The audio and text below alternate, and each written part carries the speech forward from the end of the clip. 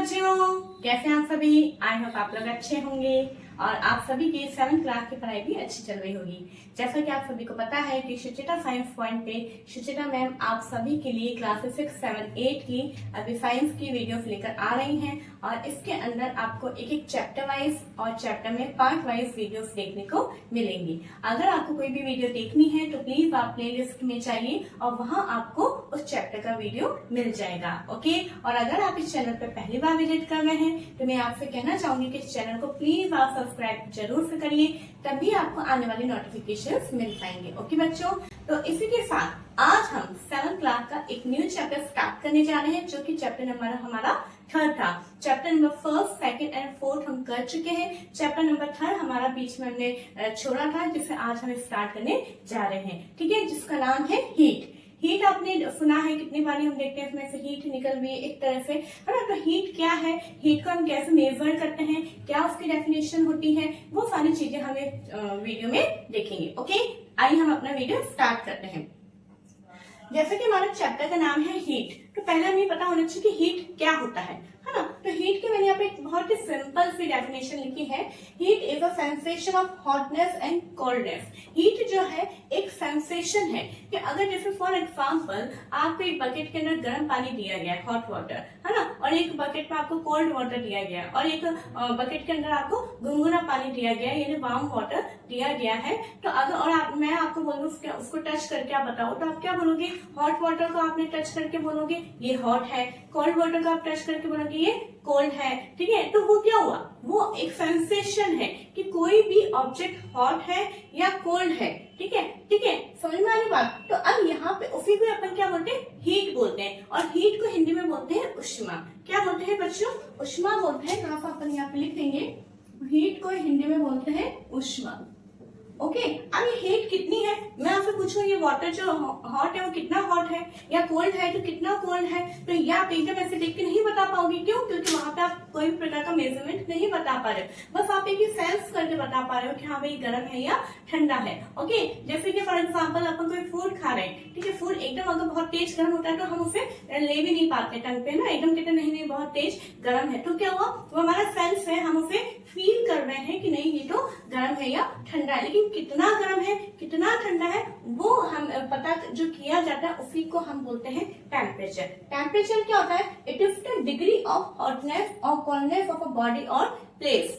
ठीक है, आप देखते हैं न्यूज़पेपर में भी जो है टेम्परेचर लिखा हुआ आता है, टेम्परेचर लिखा हुआ था कि आज अजमेर का इतना टेम्परेचर है, आज नीमच का इतना टेम्परेचर है ना, जयपुर का इतना डिग्री टेम्परेचर है। तो क्या लिखा होता है, इतना डिग्री टेम्परेचर। तो वो क्या है, उसका हॉटनेस और उसका कोल्डनेस का एक मेजरमेंट बता रहा है। ठीक है, तभी आप देखते हैं हमारे को फीवर हो जाता है, तो डॉक्टर जो है क्या करते हैं, वो थर्मोमीटर से हमारे को चेक करते हैं, हमें लग तो रहा है कि फीवर है ना, गरम गरम लग रहा है, लेकिन कितना है वो हमें नहीं पता, है ना। तो वो पता करने के लिए डॉक्टर जो है हमें चेक करते हैं, हमें पता करते हैं, और वो हमारा होता है, फिर वो बोलता है आपको इतना डिग्री टेम्परेचर है, इतना डिग्री आपको फीवर है। तो टेम्परेचर क्या हुआ, जो ये हीट जो है उसी का ही मेजरमेंट हमारा टेम्परेचर कहलाता है। और टेम्परेचर को हिंदी में क्या बोलते हैं, तापमान। ये आपको पता होना चाहिए, टेम्परेचर को हिंदी में क्या बोलते हैं, तापमान। ओके बच्चों, अब जो टेम्परेचर है it is measured by thermometer. Temperature को किससे मेजर किया जाता है, एक इंस्ट्रूमेंट है जिसे अपन बोलते हैं थर्मोमीटर। क्लियर। अब हमारा नेक्स्ट टॉपिक है स्ट्रक्चर ऑफ थर्मोमीटर। थर्मोमीटर की जो संरचना होती है वो कैसे होती है, नॉर्मल हम यहाँ पे एक थर्मोमीटर कैसा होता है उसके बारे में हम देख रहे हैं। ठीक है, a thermometer consist of a long narrow uniform glass tube. जो थर्मोमीटर होता है आपने देखा है एक लॉन्ग ट्यूब होती है, पूरी कांच की बनी हुई होती है। ठीक है, it has a bulb at one end, this bulb contains mercury. ठीक है, और इसके अंदर क्या होता है, एक साइड में बल्ब होता है। देखिए जैसे कि ये हमारा एक थर्मोमीटर है,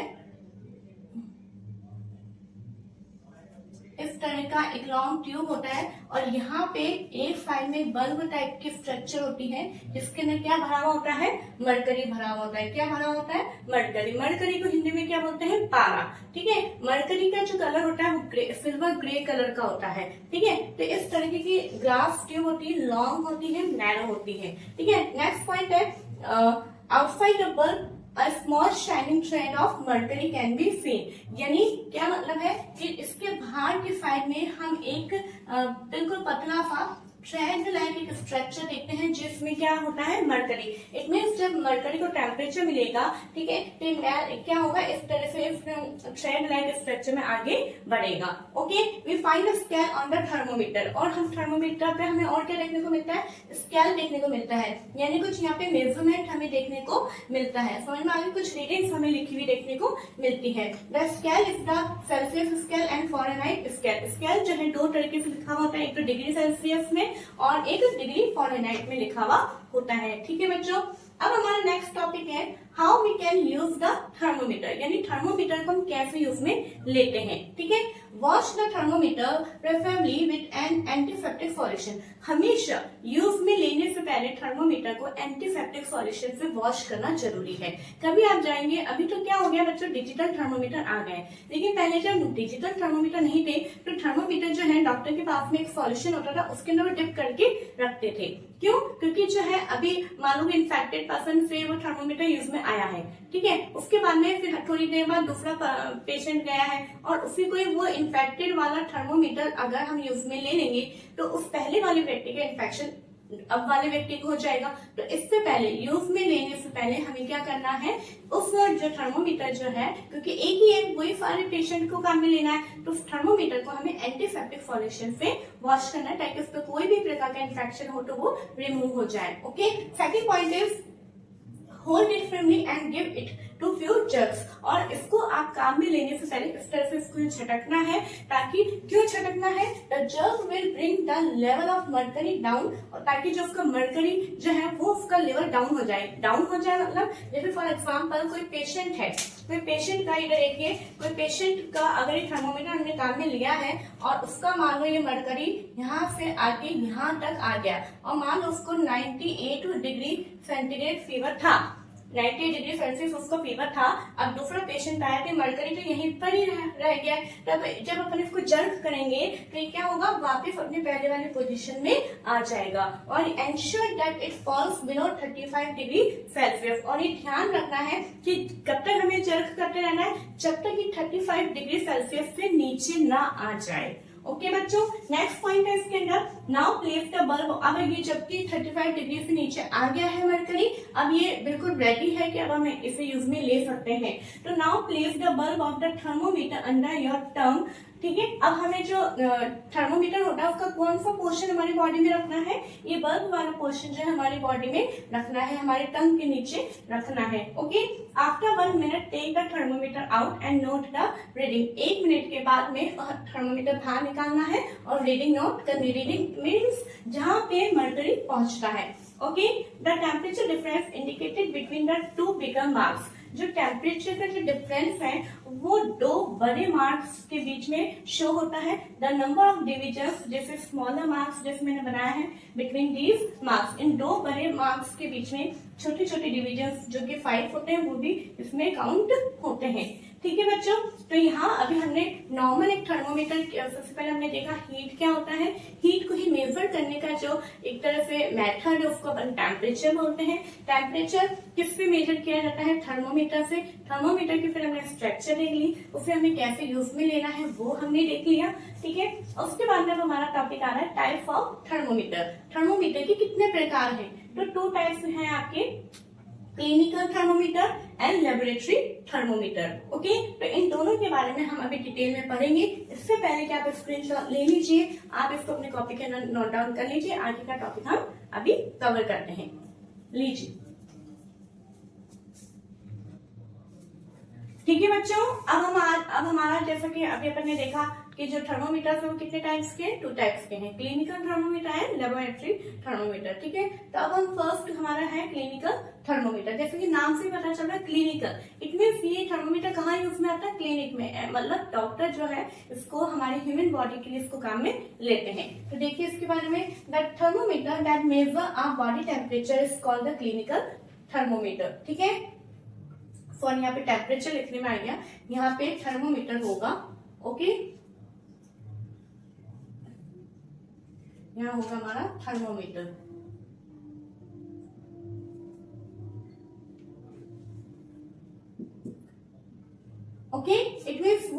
थर्मोमीटर जो कि हमारी बॉडी के टेम्परेचर को मेजर करता है उसको अपन बोलते हैं clinical thermometer. The range of clinical thermometer is 35 degree Celsius to 43 degree Celsius. ठीक है, जो क्लिनिकल थर्मोमीटर है उसकी रेंज कितनी है, 35 डिग्री सेल्सियस से 43 डिग्री सेल्सियस के बीच में होती है। द नॉर्मल टेम्परेचर, इतनी ही क्यों रेंज है वो देखते हैं अपन। The normal temperature of human body is 37 degree Celsius. जो हमारा ह्यूमन बॉडी होता है उसका नॉर्मल टेम्परेचर कितना होता है, 37 डिग्री सेल्सियस। ये देखो इनमें हर एक लाइन में क्वेश्चन है बच्चों, ठीक है, उसी तरीके से मैंने यहाँ पे लिखा है। Because the temperature of human body normally does not go below 35 degree Celsius, क्योंकि जो ह्यूमन बॉडी का टेम्परेचर जो है 35 डिग्री सेल्सियस से नीचे नहीं जाता है और 42 डिग्री से अबव नहीं होता है। That is the reason that this thermometer has the range 35 to 42 degree Celsius. इसीलिए इस थर्मोमीटर की रेंज कितनी होती है, 35 से लेके 42 डिग्री सेल्सियस 43 डिग्री सेल्सियस तक होती है। यहाँ पे भी 43 होगा, ठीक है। आई होप आपको इस समझ में आ गया होगा। अब आता है हमारा लेबोरेटरी थर्मोमीटर। ये क्या होता है, जैसे कि नाम से पता चल रहा है लैब के अंदर काम में आता है। It is used in a laboratory and have a temperature range of -10 degree Celsius to 110 degree Celsius. It means ये जो थर्मोमीटर है ये लैब के अंदर काम में आता है। अब आप सोचिए लैब में कहाँ काम में आता है, जैसे कि कोई भी सॉल्यूशन है वो कितना हमें गर्म करना है, कितना गर्म हो चुका है, तो उसको हमें चेक करने के लिए हम इस थर्मोमीटर को यूज में लेते हैं। और आप देख रहे हैं इसकी रेंज जो है -10 डिग्री, यानी 0 से भी -10 तक ये पहुंच जाता है। तो ये कितना ठंडा होता है उसको भी ऑब्जर्व करने में मदद करता है। और ये 110 डिग्री तक यानी कितना ही ये गर्म हो जाता है उसको भी सब्सटेंस को हमें पता करने में मदद करता है। जैसे बॉइलिंग पॉइंट है, मेल्टिंग पॉइंट है किसी भी सब्सटेंस का, तो उसको पता करने में भी हम इस थर्मोमीटर को यूज में लेते हैं। ओके बच्चों, इट शुड, अब इसके कुछ प्रिकॉशंस मेजर है वो देखिए। It should be kept upright not tilted. ठीक है, ये जो थर्मोमीटर होता है, जैसे कि मान लो हमने यहाँ पे एक बीकर बनाया है, बीकर में कोई भी सब्सटेंस लगा है, फॉर एग्जांपल हॉट वाटर है, ठीक है। ओके, अब हमें इसका टेम्परेचर लेना है कि कितना गर्म है। तो टेम्परेचर लेना है तो हमें क्या रखना है, इस थर्मोमीटर को बिल्कुल इस तरह से अपराइट यानी सीधा रखना है, बिल्कुल ऐसे झुका के नहीं रखना है, टेढ़ा मेढ़ा नहीं रखना है, या इसको ऐसे हिलाते हुए भी नहीं रहना है, बिल्कुल इसको एकदम सीधा रखना है। ठीक है, सेकंड पॉइंट क्या है, bulb should be surrounded from all sides by the substance of which the temperature is to be measured. और जो इसका बल्ब है वो ऐसे होना चाहिए कि इसके चारों तरफ वो सब्सटेंसेस होना चाहिए जो कि है ना, जिसका हमें टेम्परेचर मेजर करना है। ओके, ये नहीं कि हमने बिल्कुल यहाँ रख दिया, ऐसे नहीं, मतलब जिस तरह से हम देख रहे हैं ये बल्ब है थर्मोमीटर का, इसके चारों तरफ वो सब्सटेंसेस है जिसका हमें टेम्परेचर मेजर करना है। ओके, नेक्स्ट पॉइंट है the bulb should not touch the surface of the container. और जो इस थर्मोमीटर का जो बल्ब है वो इस कंटेनर की सरफेस पे टच होके नहीं रहना है, इसको हमें थोड़ा सा ऊपर इस तरह से पकड़ के रखना है। ठीक है बच्चों, तो आई होप आपको लेबोरेटरी थर्मोमीटर का समझ में आ गया होगा। अब यहाँ पे हम देख रहे हैं दो थर्मोमीटर और मैंने लिखे हैं। फर्स्ट है हमारा द मैक्सिमम मिनिमम थर्मोमीटर। ठीक है, तो मैक्सिमम मिनिमम नाम से पता चल रहा है, यानी जो सबसे ज्यादा मैक्सिमम टेम्परेचर और सबसे मिनिमम टेम्परेचर, जैसे कि आप देखते हैं न्यूज़पेपर में कभी आता है कि कल जो है सबसे अधिकतम तापमान तो इतना था, न्यूनतम तापमान इतना है। तो किसी भी दिन की इस तरह की जो वेदर रिपोर्ट जो बताता है, जो मैक्सिमम और मिनिमम जो टेम्परेचर को हमें आइडेंटिफाई करने में मदद करता है, उस थर्मोमीटर को अपन क्या बोलते हैं, मैक्सिमम मिनिमम थर्मोमीटर। देखो आइए अपन थ्योरी पढ़ लेते हैं इसकी। The maximum minimum temperature of the previous day reported in weather reports are measured by a thermometer called the maximum minimum thermometer. Okay बच्चों, आई होप आपको ये समझ में आया होगा, है ना। ये जो आपके थर्मोमीटर्स है ये एक्स्ट्रा है। मेन जो आपके दो थर्मोमीटर कौन से हैं, क्लिनिकल थर्मोमीटर और ये लेबोरेटरी थर्मोमीटर है। ठीक है, और इसके अलावा हमारा मैक्सिमम मिनिमम थर्मोमीटर, आप यहाँ पे पूछा जा सकता है प्रीवियस डे की वेदर रिपोर्ट कौन सा थर्मोमीटर बताता है, तो आपका आंसर होगा maximum minimum thermometer. Okay, next है हमारा mercury is a toxic substance. Mercury जो कि ये थर्मोमीटर में काम में आता है, पारा, ये बहुत ही टॉक्सिक सब्सटेंस है, यानी एक जहरीला पदार्थ है ये। And is very difficult to dispose of it if a thermometer breaks. अगर थर्मोमीटर टूट गया तो ये जो इसमें मरकरी जो फिल है वो भी बाहर निकल जाएगा, फिर इसको जो डिस्पोज करना यानी इसको नष्ट करना बहुत ही मुश्किल होता है। अब ऐसा क्या, अब इसके लिए क्या किया जाए, हो सकता है थर्मोमीटर तो टूट भी सकता है, लेकिन अब उसके अंदर जो मरकरी है वो उसको अपन कैसे खत्म करें, है ना। तो उसके लिए क्या हो गया है, डिजिटल थर्मोमीटर। आजकल कौन से थर्मोमीटर काम में आ रहे हैं? Digital thermometers are available which do not use mercury. आजकल डिजिटल थर्मोमीटर काम में आ गए हैं जिनके अंदर मरकरी यूज में नहीं आता है। ठीक है बच्चों, तो यहाँ पे हमने एक तरह से 4 टाइप्स के हमने थर्मोमीटर देख लिए हैं। फर्स्ट है हमारा clinical thermometer, second is laboratory thermometer, third is maximum minimum thermometer and fourth is digital thermometer. अब आपके यहाँ पे क्वेश्चन आ रहा होगा कि जो लेबोरेटरी थर्मोमीटर है वो हम ह्यूमन बॉडी के भी काम में ले सकते हैं। हमारे को जब फीवर होता है तो हम क्लिनिकल थर्मोमीटर ही क्यों काम में लेंगे, लेबोरेटरी क्यों नहीं ले सकते हैं? तो इसके पीछे भी एक रीजन है बच्चों कि जो क्लिनिकल थर्मोमीटर होता है, देखिए क्लिनिकल जो थर्मोमीटर इस तरह से जो होता है, ठीक है, तो यहाँ पे जो इसका ये जो बल्ब होता है, आप देखिए जो ये बल्ब होता है इसके पास में यहाँ पे किंक नाम की एक स्ट्रक्चर होती है। क्या होती है बच्चों? किंक नाम की एक स्ट्रक्चर होती है। ठीक है, वो क्या करता है, जैसे अभी मैंने थर्मोमीटर को मेरी टंग के अंदर रखा, ठीक है, अब जैसे ही मैं इसको बाहर निकलता हूँ मेरी जो टेम्परेचर उसको जितना उसको हीट मिली उतना वो मरकरी आगे पहुंच गया, ठीक है, जितना टेम्परेचर है। लेकिन जैसे ही मैंने मेरी बॉडी से उसे बाहर रिमूव करा तो वो कहीं मरकरी जो है वापस अपने बल्ब के अंदर ना आ जाए, तो उसको वो वहां पे रोक के रखता है ताकि हम बॉडी से बाहर निकालने में जो हमें 1 सेकेंड या 2 कुछ मिनट का टाइम लग रहा है उसमें हम टेम्परेचर एकदम हमें एक्यूरेट पता चल सके।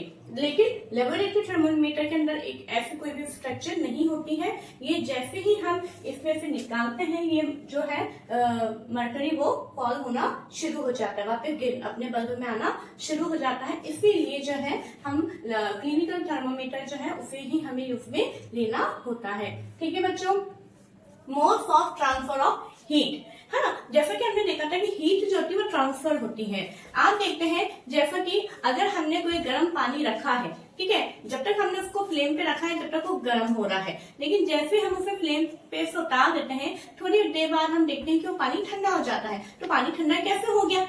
वो जो उसकी जो हीट थी वो कहाँ चली गई? हमने तो उसको पानी को बिल्कुल ठंडा नहीं किया, अपने आप ठंडा कैसे हो गया? तो वो हीट जो है एक जगह से दूसरी जगह पे ट्रांसफर होती है। तो ये जो हीट ऑफ ट्रांसफर है इसके 3 अलग अलग तरीके हैं, मोड्स है, उसके बारे में हम पढ़ेंगे। ठीक है, तो आप देख पा रहे हैं मैंने यहाँ पे पूरा एक चार्ट बनाया है। चार्ट के रूप में मैंने इन तीनों को लिखा है। पहले इनकी डेफिनेशन है, वो सारी चीजें हम एक एक का पढ़ेंगे, फिर हम इनकी एक एक की एप्लीकेशन भी देखेंगे। ओके बच्चों, तो फर्स्ट मोड है हमारा conduction, second mode is convection and third mode is radiation. Okay, तो कंडक्शन क्या होता है वो देखते हैं। The process by which heat is transferred from the hotter end to the colder end of an object is known as conduction. Conduction क्या होता है? वो प्रक्रिया जिसके अंदर हीट जो है हॉटर एंड यानी गर्म से ठंडे की तरफ ये जब फ्लो होती है, मतलब कोई भी ऑब्जेक्ट गर्म है, गर्म से जब ठंडे ऑब्जेक्ट की तरफ फ्लो होती है तो प्रोसेस को हम क्या बोलते हैं? कंडक्शन बोलते हैं। क्या बोलते हैं? कंडक्शन बोलते हैं। और ये जो कंडक्शन प्रोसेस है वो मोस्टली किसके अंदर होता है? सॉलिड में होता है, यानी ठोस जो ऑब्जेक्ट होते हैं उनके अंदर होता है। ठीक है, अब यहाँ पे देखिए एक छोटा सा अपन वो देखते हैं कि कैसे होता है। जैसे मान लो फॉर एग्जाम्पल मैंने यहाँ पे एक आयरन रोड ली है, यानी एक लोहे की छड़ ली है। ठीक है, ओके, अब यहाँ पे मैंने एक कैंडल ली है। क्या लिया है? एक कैंडल लिया है। उस कैंडल से यहाँ पे इसको मैं हीट कर रही हूँ। अब हीट कर रही हूँ और यहाँ पे आयरन रोड पे मैंने थोड़ी थोड़ी दूर पे क्या लगा दिया है? वैक्स लगा दिया, यानी मोम लगा दिया। मुझे क्या पता करना है, क्या ये आयरन रोड हीट होती है, क्या ये आयरन रोड गर्म होती है, वो कैसे होती है हम देख रहे हैं। तो जैसे ही हमने इसको कैंडल के नीचे रखा, कैंडल इसके नीचे रखी और कैंडल से जब ये फ्लेम इसके ऊपर जा रही है तो हम देखते हैं धीरे धीरे धीरे ये जो वैक्स है वो वैक्स जो है धीरे धीरे पहले यहाँ का मेल्ट होना शुरू होता है, फिर ये मेल्ट होना शुरू होता है, फिर ये मेल्ट होना शुरू होता है। मतलब पहले क्या है? पहले ये वाला पोर्शन गर्म होगा, अभी ये वाला पोर्शन क्या है? ठंडा है। अब अपन ने क्या पढ़ा कि जो हीट है वो hotter end to the colder end, यानी पहले ये गर्म है तो यहाँ से हॉट की तरफ कहाँ पे ट्रांसफर हो रही है? वो कोल्डर एंड की तरफ, यानी गर्म से ठंडे की तरफ हीट फ्लो होती है। ठीक है, यहाँ से हॉटर एंड से कोल्डर एंड की तरफ हीट ट्रांसफर हो रही है। तो इस प्रोसेस को अपन क्या बोलते हैं? कंडक्शन बोलते हैं। आई होप आपको ये समझ में आ रही है। अब आप देख रहे हैं, मतलब ये जो आयरन रोड मैंने लगाई है, लोहे की जो छड़ मैंने लगाई है, इसमें से हीट फ्लो हो रही है। मतलब ये एक ऐसा मटेरियल है जिसमें जो अपने में से हीट को फ्लो होने दे रहा है, अपने में से हीट को पास होने दे रहा है, तो उसको अपन क्या बोलेंगे? उन सब्सटेंसेस को, उन मटेरियल्स को हम बोलेंगे कंडक्टर्स। देखिए इसकी डेफिनेशन क्या होगी, the materials which allow heat to pass through them, यानी वो मटेरियल जो अपने में से हीट को पास होने के लिए अलाउ करते हैं कि हाँ आप पास हो जाओ, ठीक है, उसको अपन क्या बोलते हैं, कंडक्टर्स ऑफ हीट बोलते हैं। ठीक है, एग्जाम्पल है aluminium, iron, copper etcetera. Okay, I hope आपको ये समझ में आ रहा होगा। इसी के साथ हम देखते हैं कि कुछ मटेरियल्स ऐसे होते हैं जो कि अपने में से हीट को पास होने नहीं देते हैं। जैसे कि अगर हम एक एग्जांपल देखते हैं, देखिए मैंने एक बीकर लिया, उसके अंदर मैंने गर्म पानी डाला, क्या किया मैंने, गर्म पानी ऐड किया है। अब इसके अंदर मैंने मैंने प्लास्टिक स्केल रखी है, एक मैंने स्पून रखी है, ठीक है, और मैंने एक प्लास्टिक का जो पैन होता है वो भी रखा है। तो आप थोड़ी देर बाद आप क्या देखेंगे, जब आप इनको टच करके देखेंगे तो आप ये पाएंगे कि जो स्पून है हमारा, जो कि स्टील का स्पून था, वो तो हो गया है गरम, ठीक है, इसको हो गया है गरम, लेकिन जो प्लास्टिक के स्केल है, जो प्लास्टिक का पैन है, वो बिल्कुल भी गरम नहीं होते हैं। क्यों नहीं होते हैं?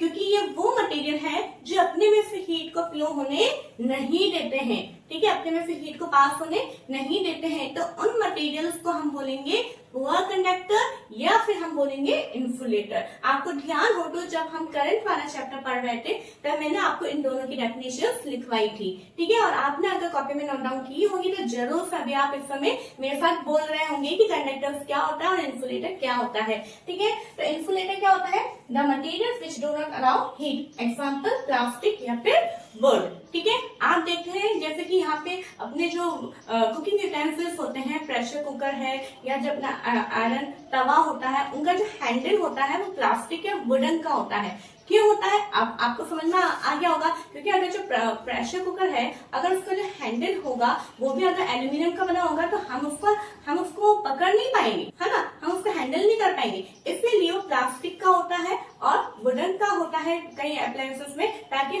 वो जो है प्लास्टिक वो तो बैड कंडक्टर है हीट का, है ना, वो तो अपने में से हीट को फ्लो होने नहीं देगा। ठीक है, हीट को कौन फ्लो करेगा अपने में से, वो कुकिंग यूटेंसिल, है ना, जो कि मेटल का बना होगा, तो वो तो गर्म हो जाएगा, लेकिन हमने उसके ऊपर एक प्लास्टिक की कवरिंग लगा दी है ताकि हम उसको आराम से इजीली पकड़ सकते हैं। तो यहाँ पे आपके क्वेश्चन बन सकता है कि कुकिंग यूटेंसिल्स के हैंडल्स जो है वुडन और प्लास्टिक के क्यों बने होते हैं। तो आप बता सकते हैं कि plastic and wood are bad conductor of heat. ठीक है, वो बैड कंडक्टर होते हैं और वो अपने अंदर से हीट को फ्लो होने नहीं देते हैं, इसीलिए कुकिंग यूटेंसिल्स के हैंडल वुडन और प्लास्टिक के बने होते हैं। आई होप आपको दोनों चीजें समझ में आ गई होंगी। ठीक है, चलिए अब इसी के साथ हम देखते हैं हमारा नेक्स्ट मोड, कन्वेक्शन।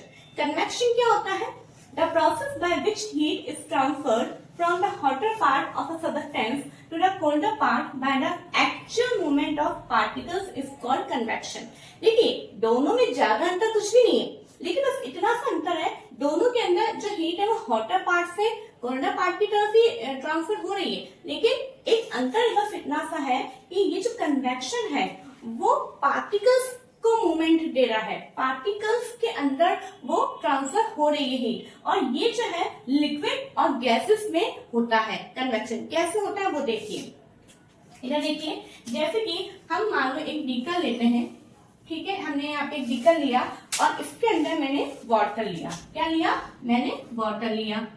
अब वाटर मैंने इसके अंदर लिया और मैंने इसको हीट एक बर्नर के ऊपर रखा। अब बर्नर के ऊपर रखने पर क्या हो रहा है, वो पानी गर्म हो रहा है। ठीक है, गर्म होने के बाद मैं इसके अंदर क्या डालती हूँ, पोटेशियम परमैंगनेट के कुछ क्रिस्टल्स डालती हूँ। पोटेशियम परमैंगनेट जो कि आपको पता है पिंक रेडिश कलर का ही होता है, तो जो पोटेशियम परमैंगनेट है वो मैं इसके अंदर डालती हूँ। और थोड़ी देर बाद जब हम देखते हैं कि जब जैसे जैसे पानी गर्म हो रहा है तो जो बिल्कुल फ्लेम के पास में जो पोटेशियम परमैंगनेट के जो क्रिस्टल्स हैं वो क्या हो रहे हैं, वो ऊपर की तरफ जा रहे हैं। तो ऊपर की तरफ जा रहे हैं मतलब ये जो पानी के मॉलिक्यूल्स हैं ये और क्रिस्टल जो है वो ऊपर जा रहे हैं, और ये जो ऊपर जा रहे हैं तो जो ऊपर जाने पे नीचे का स्पेस तो खाली हो गया, है ना, तो जो ऊपर वाले हैं वो जो कि अभी ठंडे हैं, है ना, इतने ज्यादा गर्म नहीं है जितने कि बिल्कुल नीचे वाले हैं, तो वो वापस नीचे आएंगे, फिर ये भी गर्म हो जाएंगे, फिर ये ऊपर जाएंगे, फिर जो थोड़े कम गर्म है वो नीचे आएंगे। इस तरह से हम देखते हैं कि जो पार्टिकल्स है, यहाँ पे जो लिक्विड के पार्टिकल्स है वो है ना, उनके अंदर मूवमेंट हो रहा है, वो गर्म हो रहे हैं, उनके अंदर हीट ट्रांसफर हो रही है। ठीक है बच्चों, तो ये जो एक्टिविटी आपके इसमें पोटेशियम परमैंगनेट इसलिए डाला है क्योंकि कलरफुल होता है और ये हमारे को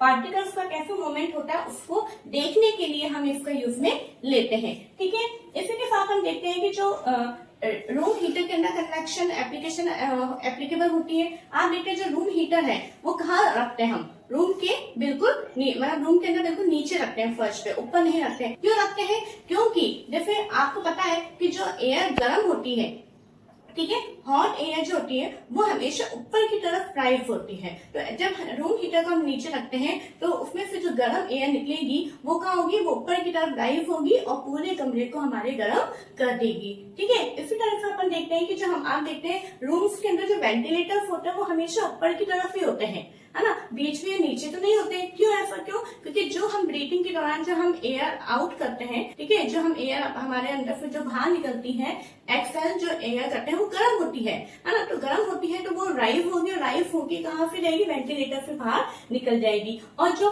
ठंडी हवा है, जो कूल एयर है, वो विंडो और डोर से अंदर रूम में एंटर होगी। तो इस तरह से हमारे रूम का एक टेम्परेचर बना हुआ होता है। ठीक है बच्चों, तो आई होप आपको ये समझ में आ गया होगा। इसी तरह से एसी जो है वो हमेशा ऊपर हाइट में लगता है, आपने देखा है, वो नीचे नहीं लगते हैं। क्यों? क्योंकि जो कूल एयर होती है वो तो नीचे बैठती है, इस वजह से जब एसी में से जो ठंडी हवा निकलती है वो जब नीचे आती है तो पूरा रूम जो है हमारा ठंडा हो जाता है। तो आपको हमेशा ये बात ध्यान में रखनी, गर्म हवा जो है वो ऊपर की तरफ उठती है और ठंडी हवा नीचे की तरफ आती है। इसी चीज को याद रखने के लिए आप एक छोटा सा दिमाग में आप याद करिए कि आप घर पे करके देखना कि आपने बर्तन में थोड़ा सा पानी लिया, उसको गर्म किया, गर्म करने के बाद में आपने उसको फ्लेम पे से हटा दिया। ठीक है, जब आप गर्म कर रहे हैं तो गर्म करते समय आप देखिए आप उसको बिल्कुल ध्यान से कि है ना, ऊपर उठती हुई आपको वेपर्स नजर आएंगी। ठीक है, वो क्या है, हॉट एयर है। अब वो इधर उधर तो नहीं जा रही है, कैसे जा रही है, बिल्कुल ऊपर की तरफ उठ रही है। उसके बाद में जब आप उसको गर्म करना बंद कर देते हैं, उसके ऊपर एक आप प्लेट रख दीजिए। थोड़ी सी देर बाद आप देखेंगे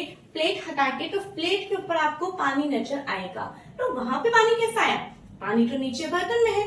क्यों ऐसा हुआ? क्योंकि हॉट एयर जो है ऊपर जाती है और उस वो प्लेट जो कि ठंडी थी तो वो वेपर जो है ठंड पाके वो लिक्विड में ट्रांसफर हो जाती है। इस कारण जो है वो प्लेट के ऊपर हमें पानी नजर आता है। तो ये मैं क्यों बता रही हूँ, ये याद रखने के लिए कि हॉट एयर हमेशा ऊपर की तरफ राइज होती है और ठंडी हवा नीचे की तरफ आती है। ठीक है बच्चों, अब देखिए नेक्स्ट आता है हमारा रेडिएशन। आई होप आपको ये दोनों टॉपिक समझ में आ गए होंगे। अब आता है हमारा रेडिएशन। रेडिएशन क्या होता है? The process of transfer of heat which does not require any medium is called radiation. ये एक ऐसा प्रोसेस है जिसके अंदर हीट को ट्रांसफर होने के लिए कोई मीडियम की जरूरत नहीं है। ठीक है ना, इसको नो मीडियम यानी कोई मीडियम की जरूरत नहीं है। इस प्रोसेस को अपन क्या बोलते हैं? रेडिएशन बोलते हैं। आप देखते हैं जब हमारे सन है, ठीक है, सन की जो रेडिएशन आती है उससे हमारी अर्थ पूरी गर्म हो जाती है। जो भी चीजें सन के रेडिएशन के कांटेक्ट में आती है वो सारी चीजें गर्म हो जाती हैं, चाहे वो सॉलिड हो चाहे वो लिक्विड हो, है ना। ठीक है, तो क्या वहाँ सन और हमारे बीच में कोई मीडियम है? नहीं है। क्यों? क्योंकि मीडियम नहीं है, जिसके कारण भी हम जो है गर्म हो जाते हैं, लैंड गर्म हो जाती है। क्यों? Just because of radiation. ठीक है, तो आई होप आपको तीनों चीजें समझ में आई होंगी। कन्वेक्शन और इनके और भी जो है सी ब्रिज और लैंड ब्रिज एक एप्लीकेशन और है जो अभी हम देखेंगे। इससे पहले कि आप इसको लिख लीजिए, स्क्रीनशॉट ले लीजिए ताकि हम आगे का टॉपिक कवर करेंगे। ओके,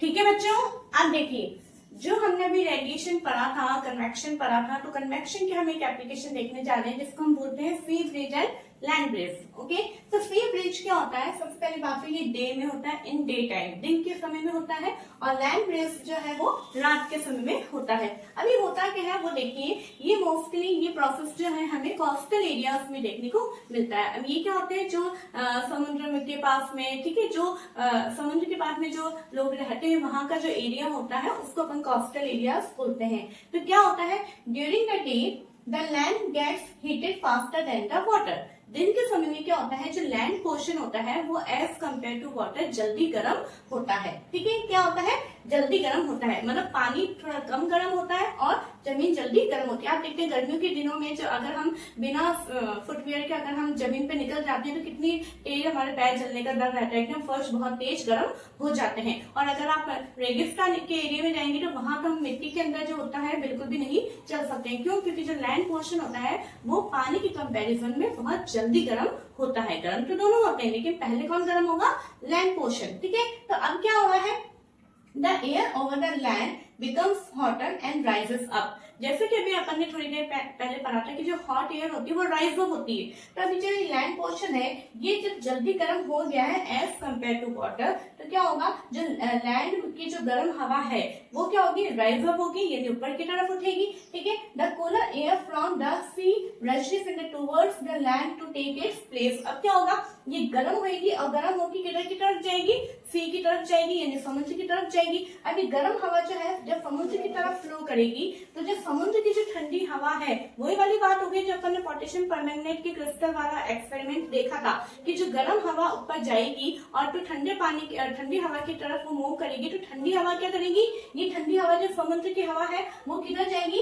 वो जो है वापस जमीन की तरफ जाएगी, फिर ये गर्म होगी, फिर ये इस तरह से ये पूरा सर्किल चलता रहता है। ठीक है, तो यहाँ पे जो एयर है वो किधर से किधर मूव हो रही है? सी टू लैंड की तरफ मूव हो रही है। ठीक है, सबसे पहले समुद्र की जो एयर है वो लैंड की तरफ जा रही है, इसीलिए इसको क्या बोला जाता है? सी ब्रीज बोला जाता है। ठीक है, the warm air from the land, जो वार्म एयर है वो लैंड से मूव होती है सी की तरफ और एक पूरा एक कंप्लीट साइकिल बनता है और इस साइकिल को हम क्या बोलते हैं? सी ब्रीज बोलते हैं। ठीक है, और आप देख रहे हैं कि जो कोस्टल एरियाज होता है उसके पास में जो घर बने हुए होते हैं उन घरों की जो विंडोज होती है वो बहुत बड़ी बड़ी होती है और ओपन होती है। क्यों? और उनका जो फेस होता है वो समुद्र की तरफ होता है, यानी वो उनके जो दरवाजे हैं विंडो के वो समुद्र की तरफ खुलते हैं। ऐसा क्यों होता है? क्यों? क्योंकि हम देखते हैं कि दिन के समय में जब समुद्र की तरफ से ठंडी ठंडी हवाएं जमीन की तरफ आती है तो जो उनके घरों के अंदर जो उस समय जो बहुत गर्मी होती है दिन के समय में, लेकिन समुद्र की ठंडी ठंडी हवाएं आती है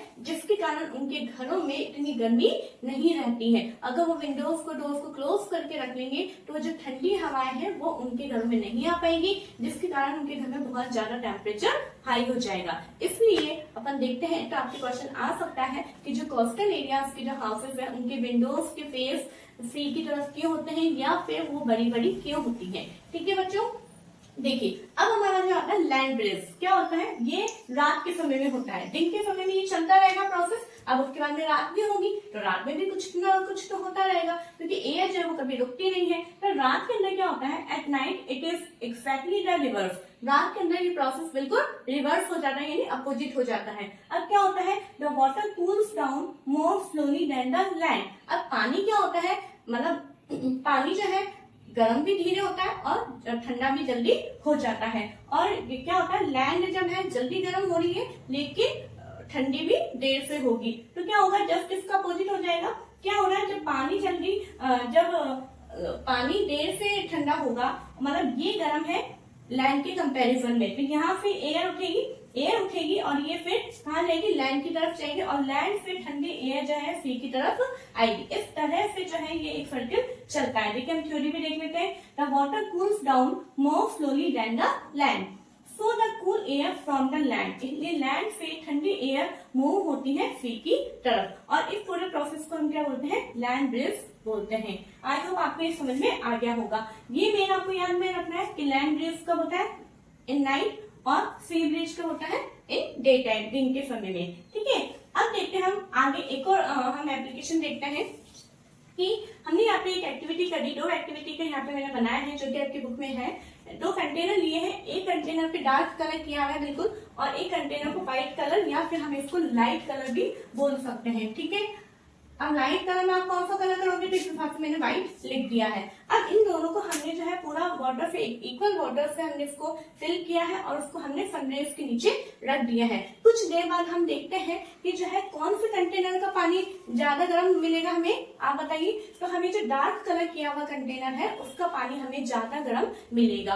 क्यों? क्योंकि इसके पीछे एक रीजन है कि जो डार्क कलर होता है, dark colour absorb and radiate the heat, यानी डार्क कलर जो होता है वो हीट को एब्सॉर्ब करता है, सबसे पहली बात। दूसरी बात, एक और एक्टिविटी है कि हमने क्या किया है, 2 कंटेनर लिया है, वही डार्क कलर और लाइट कलर का, ठीक है। दोनों कंटेनर के अंदर हमने 60 डिग्री सेल्सियस जितना गर्म पानी हमने इन दोनों के अंदर लिया है, ठीक है। फिर इन दोनों कंटेनर्स को हमने शेड यानी एक बंद कमरे के अंदर रख दिया है। अब हम देखते हैं, थोड़ी देर बाद हम देखते हैं कि किसका पानी गर्म है, किसका पानी ठंडा है। तो क्या होता है, हमें ये देखने को मिलता है कि जो डार्क कलर वाला जो कंटेनर है उसका पानी as compare to light colour container ये थोड़ा कम गर्म होता है। क्यों, ऐसा क्यों हुआ? क्योंकि जो डार्क कलर ये जो शेड जो रूम है, जो हमने इसको बिल्कुल डार्क कलर का जो रूम में रखा है, ये क्या कर रहा है, हीट को एब्सॉर्ब कर रहा है। लेकिन ये जो डार्क कलर का कंटेनर है, ये क्या कर रहा है, हीट को रेडिएट कर रहा है, ठीक है, रिफ्लेक्ट कर रहा है। तो रिफ्लेक्ट करने के कारण क्या हो रहा है, बहुत ज्यादा हीट इसकी तरफ आ रही है। तो ये जो लाइट कलर में जो कंटेनर में जो पानी रखा हुआ है, ये और ज्यादा गर्म हो जाता है, ठीक है। तो इसीलिए यहाँ पे लिखा है मैंने कि जो डार्क कलर होता है वो हीट को एब्सॉर्ब भी करता है और रेडिएट भी करता है, ठीक है। इसके नीचे एक बहुत इंपॉर्टेंट अपन ने लिखा है, वो आप देखिए, all hot bodies radiate heat. सभी जो गर्म बॉडीज होती है वो हीट को रेडिएट करता है।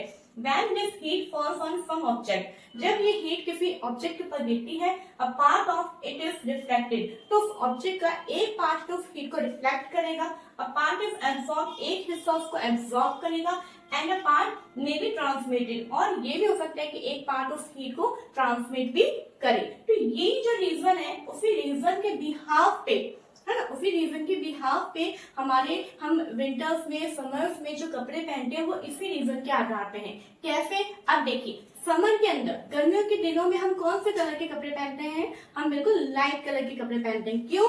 क्योंकि जो लाइट कलर जो होता है वो क्या करता है, हीट को रिफ्लेक्ट करता है, ठीक है। तो अपने पास उससे वो अपनी बॉडी को हीट को प्रोटेक्ट करके रखता है ताकि हीट हमारे पास ना आए। और ऐसे विंटर्स में क्या होता है, जो हम वुलन क्लोथ्स पहनते हैं, तो वुलन क्लोथ्स क्या होता है, वूल एक बैड कंडक्टर है, वूल एक बैड कंडक्टर है हीट का। तो वो क्या करता है, जो हमारी बॉडी में से जो हीट निकलती है, उस हीट को बाहर जो है फ्लो होने नहीं देता है, ठीक है। तो फ्लो होने नहीं देता है तो वो हीट हमारी बॉडी पर ही रहती है, जिसके कारण जो है हम वुलन क्लोथ पहनते हैं। और आप देखते हैं सर्दियों में हम जो है डार्क कलर के कपड़े भी पहनते हैं। क्यों? क्योंकि जो डार्क कलर होता है वो हीट को एब्सॉर्ब करता है, ओके। और आप देखते हैं कि जो है आजकल घरों के अंदर एक रूम के टेम्परेचर को बनाए रखने के लिए क्या किया जाता है कि ज्यादा गर्म ना हो बिल्डिंग, उसके लिए जो बाहर की जो दीवारें होती हैं, उनकी जो ब्रिक्स होती है वो होलो ब्रिक्स काम में ली जाती है। उन ब्रिक्स में कुछ स्पेस होता है जिसके कारण वो एयर को ट्रैप कर लेती है, और एयर क्या करता है, उस हीट को पास होने से रोकता है, जिसके कारण रूम का टेम्परेचर ज्यादा नहीं होता है, ठीक है बच्चों। इसी तरह से ये अपना यहाँ पे चैप्टर कंप्लीट होता है। एक और जैसे कि आप देख रहे हैं कि हम गर्मियों में हम अम्ब्रेला काम में क्यों लेते हैं, इसीलिए लेते हैं कि जो अम्ब्रेला है ना, वो क्या करेगा, वो रिफ्लेक्ट करेगा, मतलब हमारे तक उस हीट को आने नहीं देगा। जिस